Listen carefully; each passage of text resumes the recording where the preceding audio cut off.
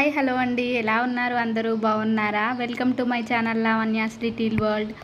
ఈరోజు నేను మంచి సిల్క్ థ్రెడ్ బ్యాంగిల్స్ అనేవి చూపించబోతున్నాను. ఒక 2 కలర్స్ సిల్క్ థ్రెడ్స్ తీసుకున్నాను నా శారీకి మ్యాచింగ్ కోసం. ఒక ఎగ్జామ్ ప్యాడ్కి 60 స్టాండ్స్ ఆఫ్ సిల్క్ థ్రెడ్ని చుట్టుకున్నాను. కొద్దిగా లావు ఉండే 2-4 సైజు బ్యాంగిల్కి అయితే పర్ఫెక్ట్గా సరిపోతుంది 60 స్టాండ్స్ అనేది.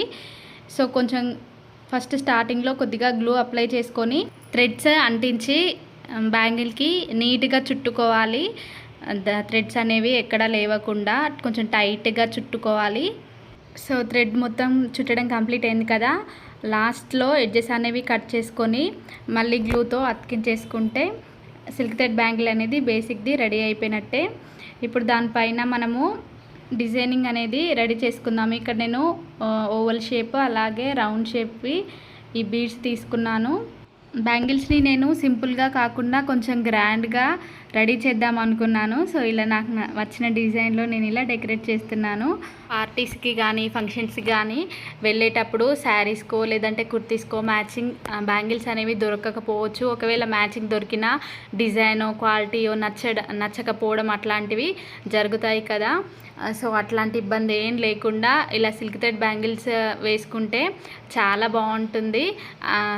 థ్రెడ్స్ కూడా మనకి చాలా కలర్స్లో అవైలబుల్గా ఉంటాయి కాబట్టి ఈజీగా మనము బ్యాంగిల్స్ అనేవి ప్రిపేర్ చేసుకోవచ్చు. మన స్టైల్లో మనకు నచ్చిన విధంగా కూడా మనం కస్టమైజ్ చేసుకోవచ్చు.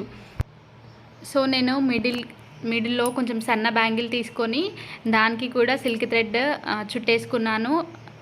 ఈ సన్న బ్యాంగిల్స్కి అయితే ఒక 40 స్టాండ్స్ అయితే సరిపోతుంది థ్రెడ్. ఫైనల్గా బ్యాంగిల్ లుక్ అనేది ఇలా ఉంది. సో ఇదండి ఇవాల్టి మన వీడియో. మీకు నచ్చిందా? మీకు కనుక నచ్చినట్లయితే తప్పకుండా లైక్ చేయండి, షేర్ చేయండి. మరిన్ని మంచి మంచి వీడియోస్ కోసం మన ఛానల్ని సబ్స్క్రైబ్ చేసుకోండి. అలాగే ఈ వీడియో మీకు ఎలా అనిపించిందో కమెంట్ సెక్షన్లో నాకు తప్పకుండా షేర్ చేయండి.